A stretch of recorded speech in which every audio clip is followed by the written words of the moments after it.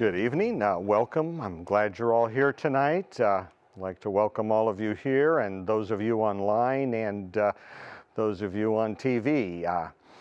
Tonight, we're going to be talking about controlling your cholesterol naturally. But before we get into our topic, let's have a prayer to ask God's blessing on our presentation tonight. Dear God, we thank you for your many blessings, and we ask especially for your Spirit to be with us as we study how wonderfully our body is made. Give us clarity and understanding that we can cooperate with you in healing the diseases that affect us. It's our prayer in Jesus' name. Amen. Okay. Most everybody today knows that a high cholesterol is really bad for you. High cholesterol correlates with heart disease. But let me ask you this question. Do you know why you know that? Why do you know that cholesterol is so bad for you? It has to do with marketing. The blood cholesterol medicines, the statin drugs, and of course the number one of those is Lipitor, are the most profitable drugs in pharmaceutical history. Lipitor itself is number one. There is no medication that's ever been made before or since then that has made as much profit for the pharmaceutical industry as Lipitor. And all of the other statin drugs, these cholesterol controlling drugs, are in that same category here. Very profitable drugs, and the reason is that they're putting everybody on these drugs.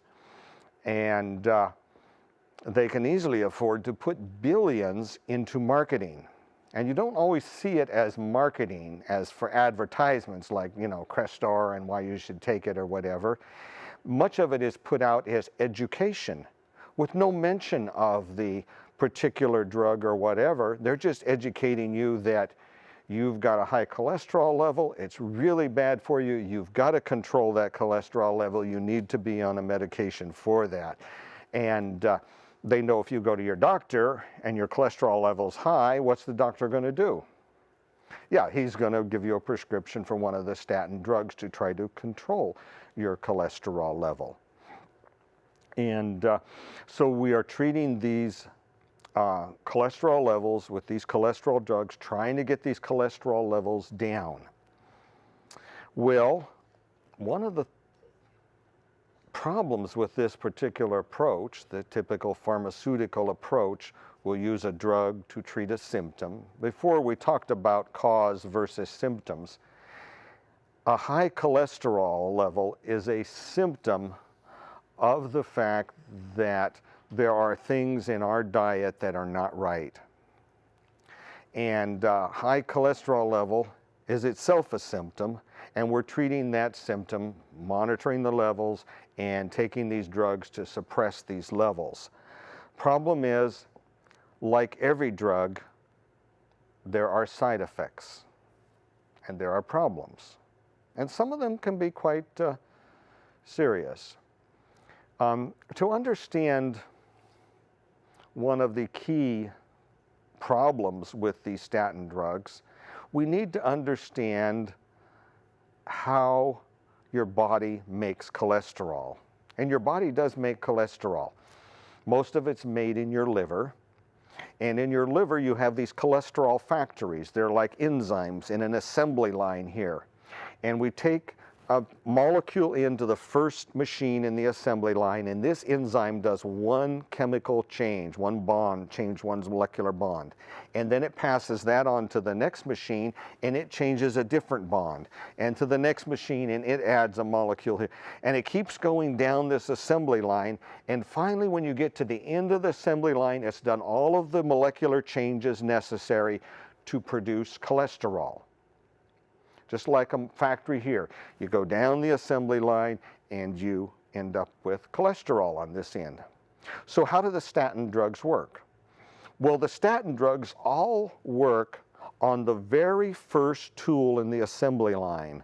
They go into that first tool, they bind onto it, and it locks it up jams it so it can't work. So what happens to the assembly line if you jam up the first tool in the assembly line? Well, then you've got nothing to pass on the next step and so you've shut down the entire assembly line by jamming up the first machine. That first enzyme is blocked, and that's what the statin drugs do. They block that up, and so this particular factory can no longer make cholesterol, and that's how they lower your cholesterol level. Well, the problem comes about halfway down this assembly line as it's making this molecule and changing into this one and changing this. About halfway down, the molecule that is made that is going to be passed on down is a molecule that is also used outside of the assembly line. In other words, you use the first half of the assembly line to here. Some of it is used to make cholesterol, and some of it you use just as it is. It's ubiquinol, or CoQ10. Have you heard of CoQ10? Yeah, we realize that that's a very essential vitamin, a substance, a molecule that we need, is CoQ10. And probably the most important place we need CoQ10 is energy production. We talked last time about the mitochondria, the furnace in the cell where we put glucose in, rip all those high energy bonds out and get the energy out. Eventually we add oxygen in there and we end up releasing the carbon dioxide and we end up with water. We've used up the oxygen. This last step that holds the oxygen, that combines it with this so we can complete this furnace, this burning of the glucose to get the energy out, needs CoQ10. And so there's like an assembly line here, or I guess in this case it's a disassembly line. So we're disassembling glucose one step at a time with all of these different machines. And the very last machine in this assembly line to finish the process needs CoQ10. And if it doesn't have CoQ10, then it can't work and do its step. So now what happens to the rest of the assembly line? If the last machine isn't working, then whatever the one before was making starts building up, and then it jams up, and then pretty soon, and you start backing up product here because you can't keep pushing it through. You need it to go through all steps so that you can keep running, because pretty soon it starts backing up these, and so it's not running as efficiently. And so we've really cut down energy production in the cell by depleting the CoQ10. So if we jam up the cholesterol factory, we've also jammed up the CoQ10 factory. So what's going to happen to the body's CoQ10 levels? They're going to get lower and lower, just like the cholesterol levels are getting lower. And if we're getting low on CoQ10, what happens to the energy production in cells? And which cells would you notice it most in? The cells that burn the most energy, right? And which cells in your body are actually burn the most energy? It's actually the muscle cells. Yeah, you burn a huge amount of energy with movement. And of course, if you exercise, you're moving even more. And we can start getting, some people start noticing aches and pains in their muscles. It gets very sore, certain muscles. Again, there's not enough energy production, so there's getting sore in there because they can't do what it's supposed to do. It doesn't have quite enough energy. In severe cases, we can actually start, the muscle cell doesn't even have enough energy to maintain its integrity, and the muscle cell actually starts breaking down. It's a process we call rhabdomyolysis. And in this case, what's happening is we are actually breaking apart the muscle cells. Some of the material spills out, can jam up the kidneys. You can go into kidney failure and actually even end up on dialysis because of that with the rhabdomyolysis. So definitely some real problems associated there. Another one has to do with these statin drugs, has to do with the fact that we use cholesterol for a lot of things in the body. It's very important. And one of the places we use it is in cell membranes. Cell membranes, there's these phospholipid layer right here that makes up the membrane. Remember, we drove the cell wall on our last lecture there. There's inside the cell and outside is maintained by this. But the properties of that membrane are very important, and some of them need cholesterol embedded in the center of that cell wall to work properly. particularly neurons, the ones that carry electrical impulses over the surface of the cell membrane. They need cholesterol in that layer to function properly. And when we start shutting down cholesterol production in those neurons that they were making and sticking in their cell membrane, and there's not enough out here, we can actually shut down, so the membrane is not working as well. An individual that I know closely had a problem, and they told her that she needed to go on a cholesterol drug. They put her on Lipitor, and they put her on a low dose. They put her on 10 milligrams. Now, any of you that take Lipitor, what's a normal dose? Like 40 milligrams. Of course, some people are saying, oh no, we need more control. They're putting people on 80, but even 40 is considered. But they only had put her on 10 milligrams. But it started affecting the membranes. Of course, we didn't know that's what was going on. But after a few weeks, she started noticing the problems with coordination, perception, and it started getting worse. The hand-eye stuff and the cognition felt a little bit slow and sluggish. And it's like she's driving the car and you're on the on-ramp trying to turn. It's like you're watching the road and seeing you need to turn, but you can't quite get the hands to keep up with it so you can turn and stay on the road. By 4 weeks, it was bad enough she had to stop driving. She just could not do the coordination to safely drive a car. And it was about that time that she was something, and we realized something was going on there, and I researched and I found out about this particular side effect of the statin drugs. And I said, well, that's exactly what's going on here. We stopped the statin drug, and gradually over the next 4 weeks, the coordination and the handling came back to normal, and then she was able to drive a car normally there. So these drugs are not without their problems. And what I'd like to do tonight is share with you how to control your cholesterol naturally without the drugs. We don't actually have to use drugs to control it. God designed our bodies to run properly, and we can keep them running properly without putting a lot of strange chemicals in them in most cases, and this is certainly one of them. So let's take a look here. We're going to draw a picture of the body's digestive tract, because this is where the key to controlling cholesterol comes, is in the digestive tract. So let's first go through the anatomy of the digestive tract here. So where does the digestive tract start? Yeah, with the mouth. So I'm going to draw a mouth here. Does that look like a nose, a chin there? Does that look like a mouth? You go back through the mouth here, and then we got a tube that goes down to the stomach. What do we call that? The esophagus. And then after the esophagus, we end up in the stomach. So we're going to draw a stomach here. And then after the stomach, where does it go? Goes to the small intestines here.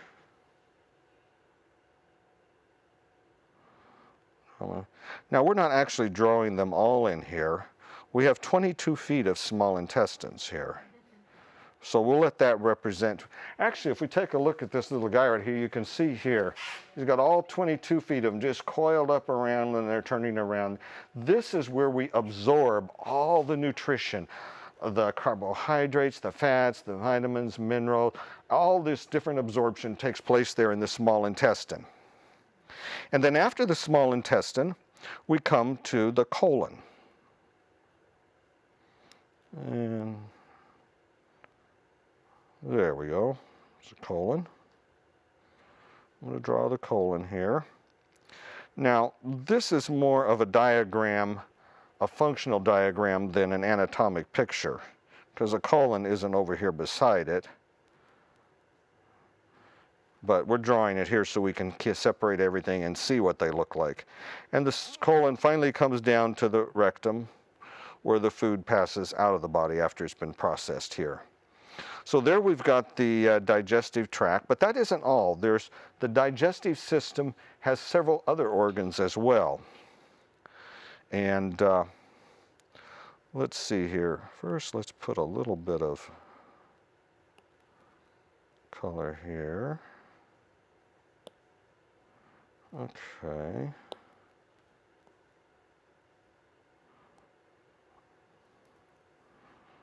Oh, fleshy color there. And down through there.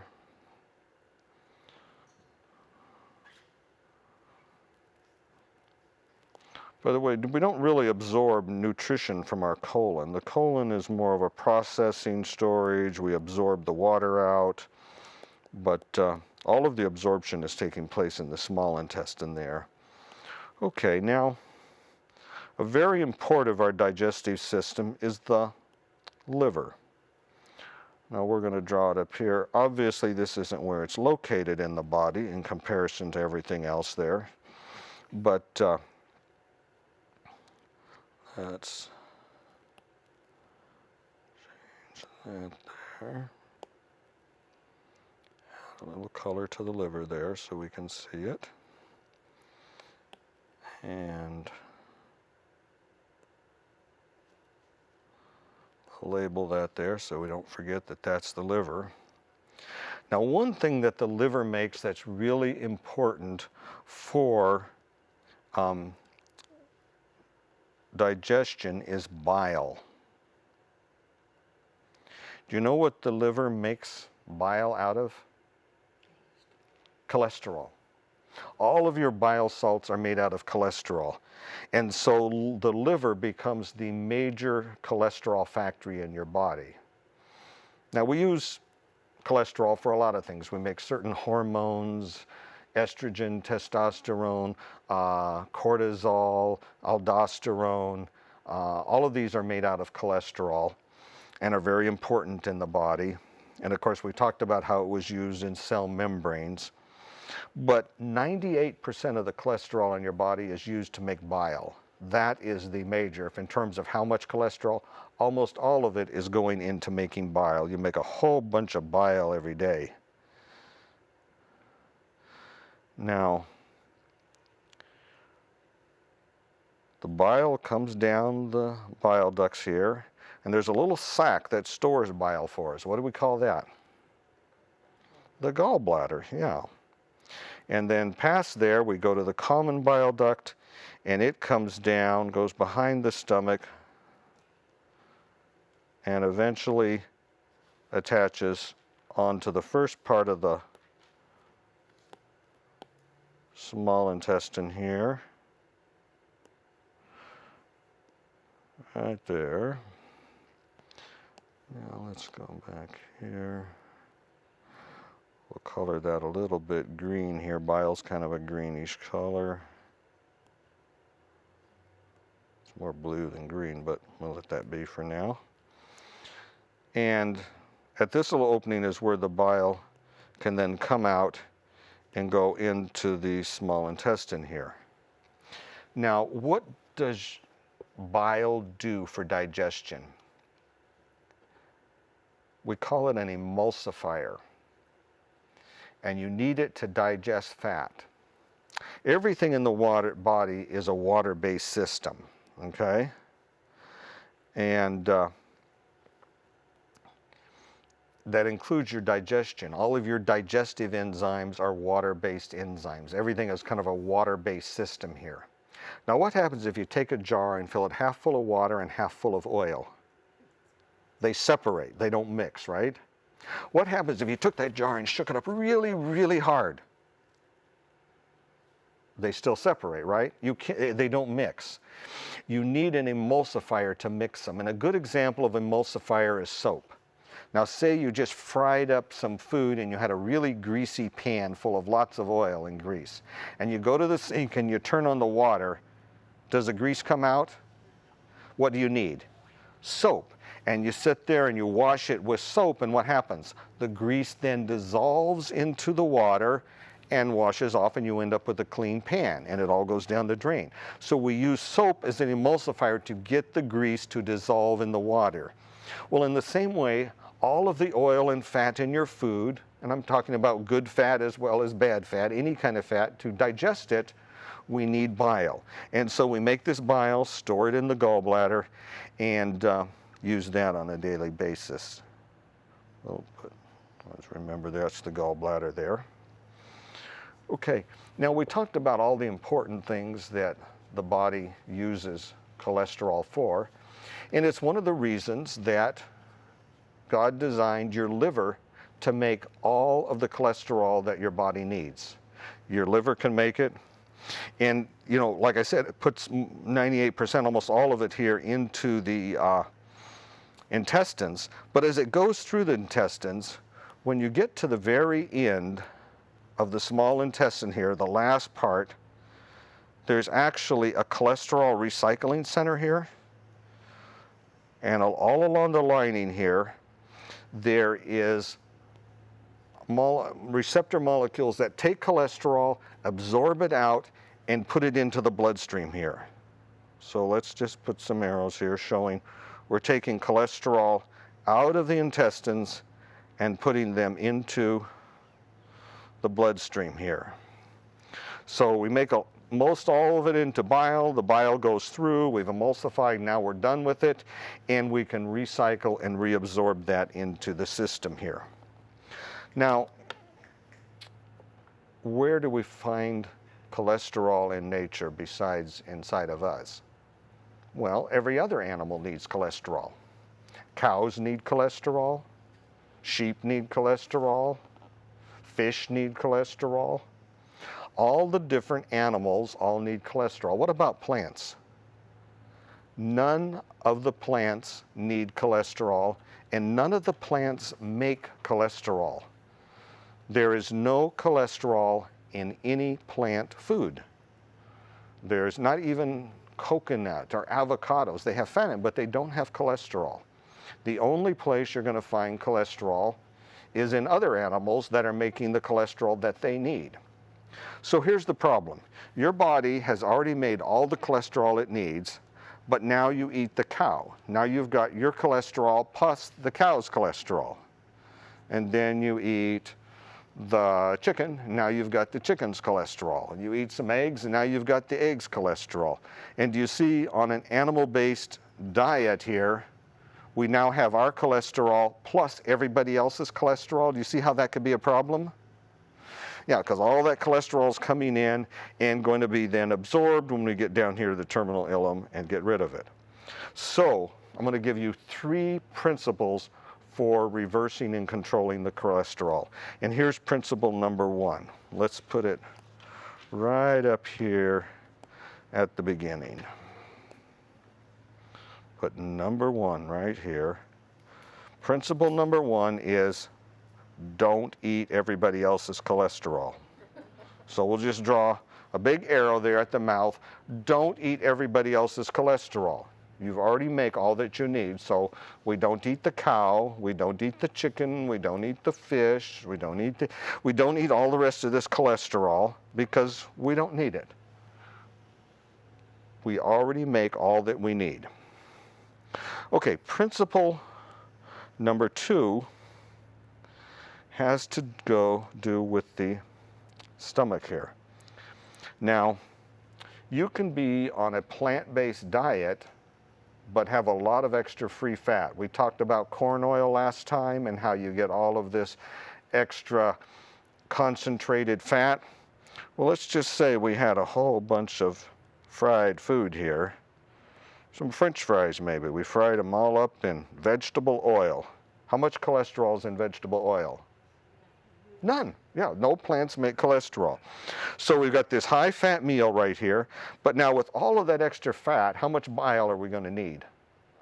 We're going to need a lot of bile. And the interesting thing is, your stomach knows that. It senses how much fat right there, and it says, wow, we're going to need a lot of bile liver. You're going to need to really get going. And the stomach can actually send a message up here to the liver. And what does it say to the liver? It says, make more cholesterol. Because what do we make bile out of? Cholesterol. Make more cholesterol. And so your liver starts building extra cholesterol factories. You had what you needed, but now you're building all of these extra ones to make extra cholesterol so you can emulsify all of this extra fat to get the energy out of it. And so you make all of this extra cholesterol here, and of course it gets made into the bile. You dump all of this extra bile with all of its cholesterol in here, and it goes through the intestines. What happens when it gets to the very end of the small intestines? It gets absorbed into the bloodstream. Now what's happening to your blood cholesterol level? So you can be on a vegetarian diet, zero cholesterol in your diet, but if you've got a lot of fat in your diet, what's happening to your cholesterol level? It's going up, up, up, up, up, because all of this extra fat is building cholesterol factories in the stomach. So there we've got principle number 2. We'll just put it right there in the stomach, and that is, don't build extra cholesterol factories with a high-fat diet. So number 1 was don't eat everybody else's cholesterol. Number 2 is don't build all these cholesterol factories with a high-fat diet. Okay, number 3. When you're on a whole plant food diet, there is something that's going to be in every single plant food called fiber. Fiber is not something you actually absorb into your body. It stays in the intestines, and let's put some here. Yeah, let's put this color here. Okay, so fiber, it's not digestible. It's these big long strands of carbohydrate. There's hundreds of different kinds of fiber. There is what we call soluble and insoluble fiber, and it's actually some of the soluble fiber that's even more important. I mean, if you think of a ripe, juicy apricot that's so liquid it just kind of melts in your mouth, very high in soluble fiber. So fiber, not all fiber is tough and chewy like bran. That's insoluble fiber. But every single fruit and vegetable is full of different kinds of fiber. It's undigestible carbohydrate things that are put together with a different kind of bond. We don't digest them. But what they do, when they combine with water and digest, they just turn into a big spongy mass. And that spongy mass fills up the intestines here and the stomach as it's passing through. And where is all of the nutrients in the food? Well, they're all mixed up in this spongy mass of fiber. Where's all the digestive enzymes? They're all mixed up in this spongy fiber mass. And as we churn and mash and move this along, this is where digestion takes place. And good digestion needs this nice mass of fiber to work in. So we'll show it here just passing through the intestines here. Now, where is all the bile? Remember, we made it in the liver, stored it in the gallbladder, and now we're dumping it out into the intestines here. And it also gets mixed up into this fiber mesh. And bile actually kind of sticks to the fiber. It sort of gets soaked up into the sponge and gets stuck on this sponge as it's going through there. It's emulsifying while it's doing all of this. But as it's going through, the interesting thing is, as we get here to the terminal ileum here, we're passing past the recycling center. Where is all the cholesterol now as we go past the recycling center? It's all stuck to fiber. Okay, so it's all bound up and stuck with the fiber. So how much is getting absorbed back into the bloodstream? Very little, almost none. So as the fiber moves on out into the colon, where's all the cholesterol? It's in the colon now. We're not absorbing it from there. And as it moves through the colon, eventually it's going to move right on out of the body. And we're going to flush it down the toilet. So do you see what we just did there? We took a whole bunch of cholesterol, absorbed it into this fiber sponge, and moved it out of the body. Principle number 3. We'll put a big 3 right here. Help us remember that one. Principle number 3 is soak up your cholesterol with a high fiber sponge to get it out of the body. Okay? So there you've got 3 principles right there for naturally controlling cholesterol. Now, when you go to the doctor and talk about cholesterol, and they talk about fats and triglycerides and all these things. They do a blood test called a lipid profile. I'm sure you've all had one done. And they measure stuff like LDL, VLDL, HDL. Sometimes they try to simplify and call it good cholesterol and bad cholesterol. And you don't want too much of the bad cholesterol, and we want our good cholesterol levels higher. Well, I'm going to show you a way to understand that. Would you like to understand what those numbers are? Well, we're going to show you here a very simple way to understand what's good cholesterol and bad cholesterol, what this LDL, VLDL, HDL is. And so we're going to start here by drawing an artery, because the problem we're worried about is arteriosclerosis, these cholesterol plaques that are building up in the artery wall. So we're going to draw an artery, and I'm going to draw a cross section. An artery is like a big hose. We cut it on cross section, it looks like a circle here. So this here is a cross section of an artery, and there's a layer of muscle, and then there's an inner layer, an endothelial layer here. Matter of fact, let's just we'll color this.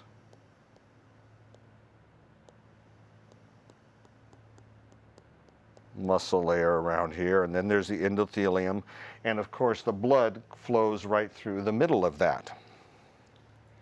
Now, when your intestines are absorbing fat, they can't just take the fat and dump it straight in the bloodstream. Why is that? Well, it would cause some serious problems, because remember, blood is water-based. What happens with fat? Would fat mix with blood? No, it would separate out and form little globules of fat. And of course, little globules of fat, as they move through the bloodstream, when it got to narrow spots, would plug it up. We call that fat embolism. A very serious problem we see in the emergency room is someone who has had trauma to the major bones that are full of bone marrow. There's a lot of fat in that bone marrow. So a fellow once, he got a bulldozer, between a bulldozer and a brick wall, and the guy pushed the lever the wrong way, and it crushed his legs right here. Just smashed the femurs right there. And a lot of the fat from the bone marrow got mixed with the blood, and there was fat moving through the bloodstream. And as it goes through the right side of the heart and then goes out into the lungs, the vessels are smaller, smaller, smaller till you get to the little capillaries, and they were all plugging up with fat emboli. And very soon he couldn't breathe, and there's nothing you can do for that. And he died. There was nothing we could do to reverse that. So God knows about fat emboli, and he knows that we can't just have fat loose in the bloodstream. And so he made a way to package it up and transport it through the bloodstream, because we do need fat in the body. Every cell wall is made out of fat. All of the little organelles inside of the cell, all of their membranes, the endoplasmic reticulum, the nuclear membrane, the mitochondria, all of those membranes are made out of fat. So every cell needs fat, so we have to have a way to get fat from the intestines to every cell in the body that needs it. And so God actually designed these, I call them little trucks, little packages that transport it through the bloodstream here. So let's take a look at some of those here. So we need to get fat from the intestines. Oops, let's see here.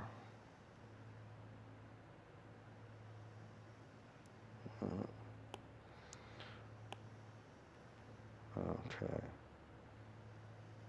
There we go. So we need to get fat from the intestines through the bloodstream here to every cell in the body. And so God built these little trucks here. So let's just draw one here.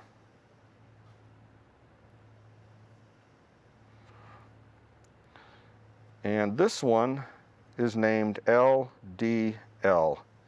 It stands for low density lipoprotein. Now, it doesn't actually look like a truck. It's a little ball.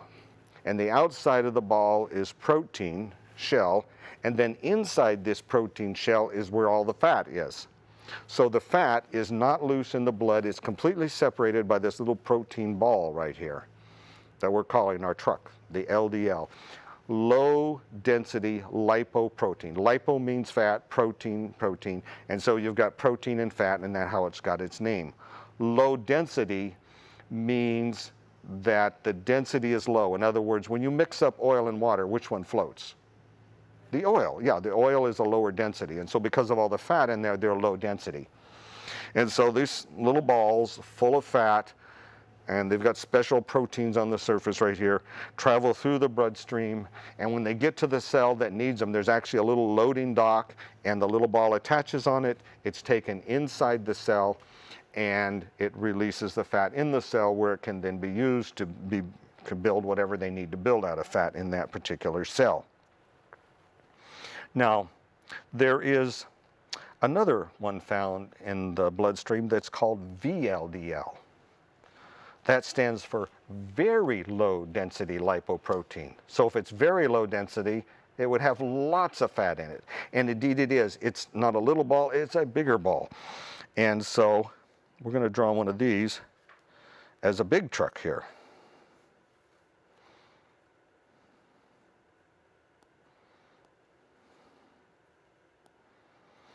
And this is the VLDL, the very low density lipoproteins. Now we often refer to these particular trucks as the bad cholesterol. Well, why are they bad? I mean, they're actually doing what God designed them to do. What's bad about them? Well, what's bad is that in the typical American diet, where does our fat come from? Animal fat and vegetable fat. It's all been taken out, used in cooking, used in frying. There's all of this, and it's all been exposed to oxygen. And when you expose it to oxygen, you get oxidative damage. And these oxidized fats, where they get oxidated, they have what they call a free radical.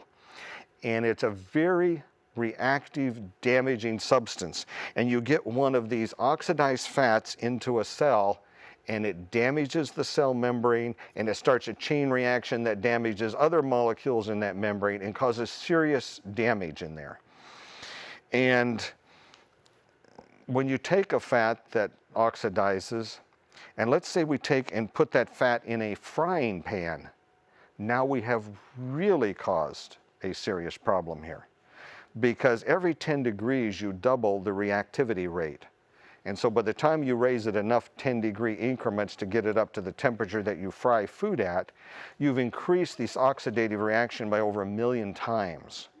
And so fried food is particularly high in damaged oxidized fat. And as we digest it, as it goes through there, we absorb it into the body, we package it in the LDLs and the VLDLs, and they're transporting this bad stuff through the arteries to the rest of the body here. So let's just, I'm going to put a bunch of little red dots in there so you know the problem with these LDLs and VLDLs. It's not how they're made or where they're going, it's what they're transporting. They're transporting all of the oxidized fat found in the typical American diet. And of course, as we're transporting that, we can get into some really serious problems here. And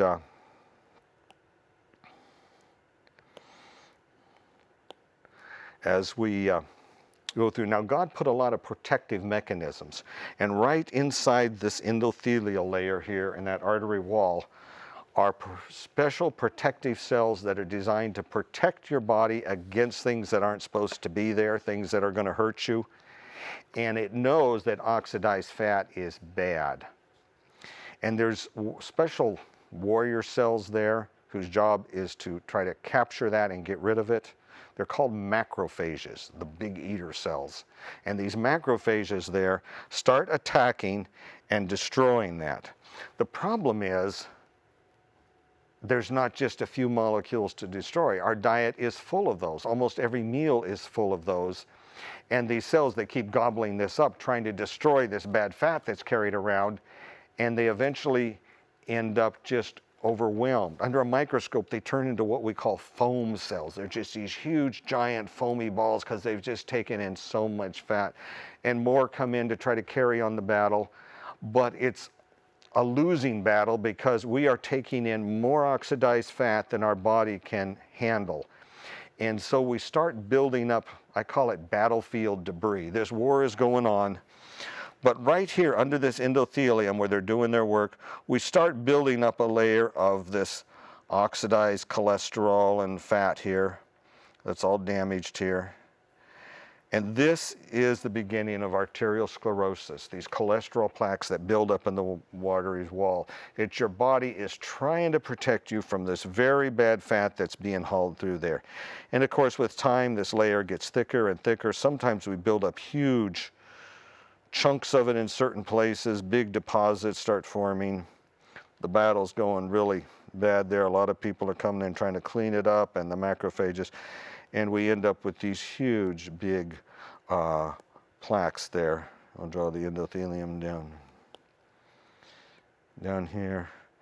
Now you see we've restricted, the artery isn't as big. We can't get as much through the pipe anymore because all of this cholesterol plaque is building up. If this is one of your coronary arteries, if it gets narrow enough, you start getting angina, pain with some type of movement there. Any exercise can't get quite enough blood to the heart, and so it keeps going on there. But the real problem happens if this endothelium on here starts getting a little cracks or breaks in it here. And if we start cracking or breaking up the surface of the endothelium and expose some of that material underneath the endothelium, then a very serious problem can take place here, and that is the platelets and your blood clotting mechanism recognizes that break and says, oh dear, we've got a hole in the artery, we've got to patch this hole. And the platelets come up and they start sticking to it here. And so the platelets start sticking to that cracked area there, and they start building up a little platelet plug there, trying to patch what they perceive as a hole or a cut in the artery there. And they start releasing substances, and we start triggering the clotting mechanism. By the way, this platelet plug, that's why doctors frequently put you on aspirin. You know, if you come in with acute heart attack, one of the first things the doctor will give you is aspirin, or the paramedics will give you on the way into the hospital, because aspirin paralyzes these platelets so they can't go sticky and start making this platelet plug. But eventually this platelet plug is going to start the rest of the clotting chain, and fibrinogen starts turning into fibrin, and we start building a big mesh, a network of these fibers here. And of course blood cells start getting caught in this mesh, and we form a blood clot now, or a thrombus.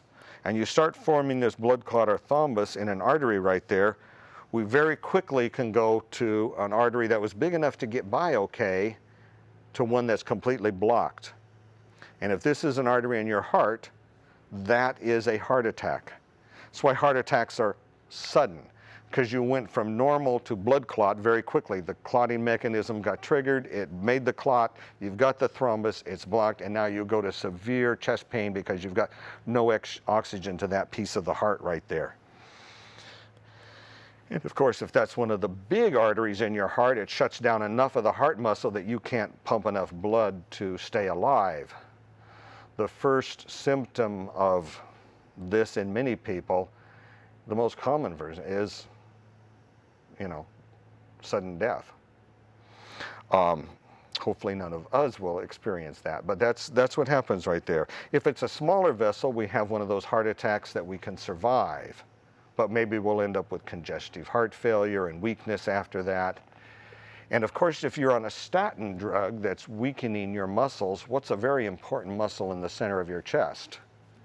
So now we not only have not enough muscle there, but what's there is weakened by the statin drug. And did you know that there has been a 600% increase in congestive heart failure in this country since we've started giving everybody on statin drugs? Congestive heart failure is where the heart is just not strong enough to pump enough blood, so fluid backs up, we get fluid in the lungs, short of breath, we get swelling in the legs, we can't sleep laying down. And the statin drugs are contributing to that there. Okay, so how do we reverse that? How do we turn that around? Well, on our whole plant food eaten whole diet, where is the fat in the diet? Maybe avocados or nuts or seeds. Where is the fat in a peanut? Well, it's not loose fat. Where is it? If you look at it under a microscope, there's made up of little cells. And those cells, if you looked at them under a microscope, have little teeny sacs in them, and the fat is in those little sacs inside these cells that make up the peanut. Now, when you chew up a peanut in your mouth, even if you chew it up really good, if you looked at it under a microscope, you still got cells and clumps of cells there. We haven't actually pressed out. So where is that peanut oil oxidized? No, it's never been exposed to the air. Nothing bad has happened to it. It's clean, safe oil the way God designed it to be. And we swallow that.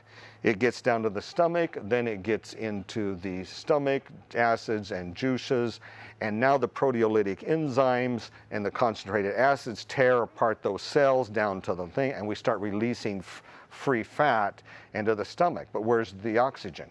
See, we have taken it, by the way God designed and packaged it, all the way down there. By the way, when God packages it, He not only packages it to keep it away from oxygen, but He puts in it vitamin E and some other very important antioxidants. In other words, if a molecule of oxygen did get in there, the first thing it would hit after being that would be a vitamin E molecule, and that sucks it up. It's like a fire extinguisher to put it out so it can't continue to react. That's why they often talk about antioxidants and how important they are, because they stop this oxidative reaction, these bad things. So even if a little bit got in there, there's enough vitamin antioxidants to stop that reaction. And so in that case now, so if the only fat in your diet came from eating walnuts and almonds and avocados and olives, how much damaged oxidized fat was in your food that day? None. So what's inside the LDL and the VLDLs now? Good fat. Fat that can be used by your body. Fat that's not going to carry on this warfare over here. And you know what? Not only have we stopped the war, but all those macrophages there, they can start cleaning up that battlefield debris. And what do they do with it?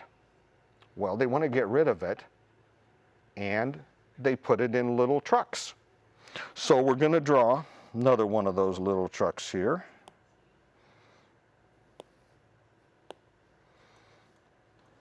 And these are a little bit smaller, just the way that happens to be. And so they're a higher density, and so we call them HDLs.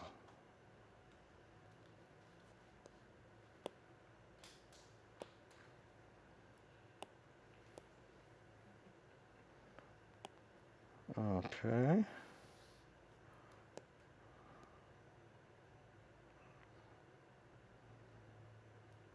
So there's an HDL, a high density lipoprotein. And what's in it? Well, it's all of this bad fat that is being taken out of the cholesterol plaques here. So I'm going to draw a little arrow, and guess where it's taking it? Anybody know where they take them? Yeah. They go to the liver. Yeah, the liver has little loading docks for HDLs. So these HDLs, they pick up all of this. Matter of fact, let's mark them here so we can know for sure what's in there. So I'm going to put so it's all full of bad stuff here. Bad stuff that it's taking out of your cholesterol plaque, and it's being taken to the liver. Okay? So, by the way, that's why we call that the good cholesterol. Not because it's good per se, but because of its destination. We're getting it out of the body. We're taking it out of the cholesterol plaque. That's why it's good, because of where it's going. And it's taking it over to the liver. And what's the liver going to do with all this bad cholesterol? It's going to dump it into the bile. Yeah, that's where 98% of the cholesterol goes in there. It's going to dump all of it into the bile. And where's the bile going to go? Going to go out here, and it's going to get, and we're on this whole plant food diet. How much fiber is in our diet now? Yeah, it's full of fiber. And so it gets all stuck in the fiber. So now we've got all of this bad cholesterol to the liver. Now it's in the bile, and now it's stuck on all of this fiber. And as it goes past the recycling center, it's stuck on the fiber. And then what happens? It goes through the colon, and we flush it out of the body. Do you see what we just did? We took cholesterol out of your artery wall, put it on the HDL, took it to the liver, bile, onto the fiber, and got it out of your body. Would you like to get cholesterol out of your arteries? This is how to do it. And indeed, we have shown that. In many cases, we have taken people and put them on this program. They've had an angiogram. You can see how narrow the arteries. When those arteries get narrow, the doctors usually want to put a stent in there or do a bypass surgery. But we can open up the arteries. We can get that stuff out of there and just open it up by the proper diet. We can move that all out. And, you know, bad blockages, it'll probably take a couple of years to clear it all out. But each day it's getting a little bit better as we start moving down that road. Let me tell you a rather dramatic success story that we saw up at the Weimar Institute.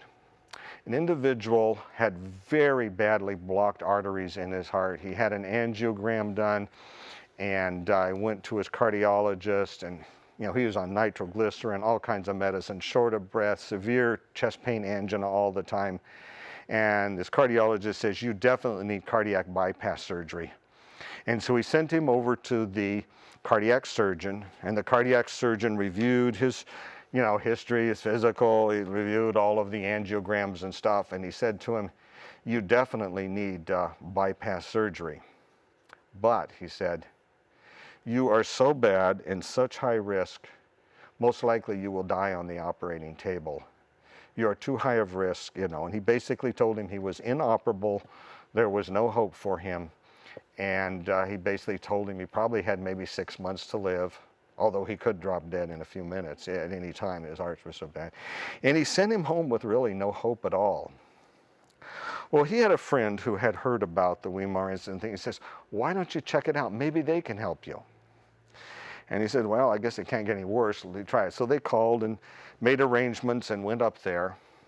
And when he got there, they were going to take him from the car into the lodge. And he had trouble getting out of the car, terribly short of breath and angina and chest pain. He could barely make it with assistance. Several people assist him up, just from his car on the curb up into the room to get to his room, and finally made it to his bed, and he could rest there. And of course, we thought we had made a terrible mistake in accepting him, because one of the things is we like people to be at least ambulatory, because part of the program is walk, walk, walk. And this guy was so bad he couldn't hardly move because he had such bad disease. But we started going with the program, and first day for his exercise. Now, right out in front of the lodge there is a flagpole, and around this flagpole there's a big circular planter. And so the assistant walked with him and was carrying a chair. And they started to walk around this circle and they got about a quarter of the way around, and he was having too much chest pain. He set the chair, let him sit down and rest till he caught his breath and the pain subsided. Then they walked a little bit farther and rested again, and continued on in this way till they finally made it all the way around the circle and then made it back to his room again.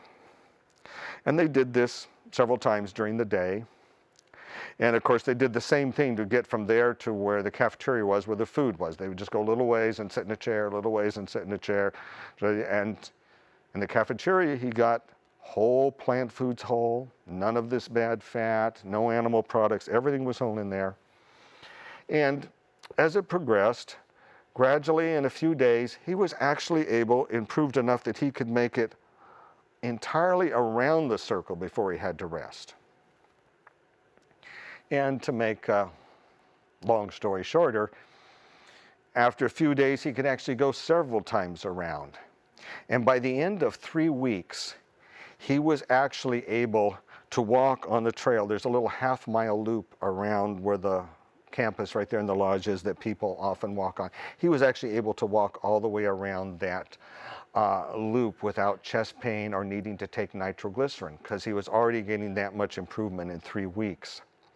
He stayed up there another 3 weeks for a total of 6 weeks, and during that next 3 weeks he continued to improve further, and he started hiking some of the trails in the woods, and he was hiking 3 miles a day by the time he finished 6 weeks there, and wasn't using any nitroglycerin for chest pain. He felt great. I mean, he felt more energy than he had ever felt. Everything was working so much better. Well, what makes this story sort of dramatic is he went home and he took up a new hobby. He was so excited. Guess what his hobby he decided to take up? Mountain climbing. And he started hiking mountain trails and doing these, and pretty soon we heard he had done Mount Whitney. And then, later he went and started doing Pikes Peak and all of these big mountain things, and the next year he was up in Alaska doing Mount McKinley. He was doing all kinds of these huge big things. And then a couple of years, we got some postcards from him. He had gone to Nepal and was over in the Himalayas. He didn't do Mount Everest, but he did some of those other big trekking climbs up on those really high mountains there in Nepal. And he continued to do that. Of course, he said, hey, I'm not going up and signing up to go on this unless you can assure my diet, because I'm on this special diet. By the way, he had an angiogram a few years, after being at Weimar. All those arteries that needed to be bypassed, they were all wide open. You see, drugs are not the answer. And particularly in this case right here, where would cholesterol drugs have gotten him? You need to actually clean out what's in there. And the way to clean it out is on a whole plant food diet. Package it up in the HDL, take it over to the liver, get it out of there, and open those arteries up. Heart attack, strokes, arteriosclerosis, the #1 cause of death in the United States today is from heart attacks and strokes. It's this disease process we're talking about here. But it is a very, very reversible disease. You don't have to be stuck with it. And the good news is it really clears up very, very quickly.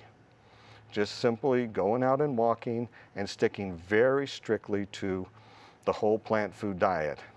God designed us to live this way. He designed the food we were supposed to eat. He meant for us to live on the plant foods. What did he tell Adam and Eve? Here, I've given you every tree and seed and bush here. This is your food. If we come back and eat the way God intended us to eat and walk and use our bodies, drink water, the body heals itself. So, you don't have to have these diseases.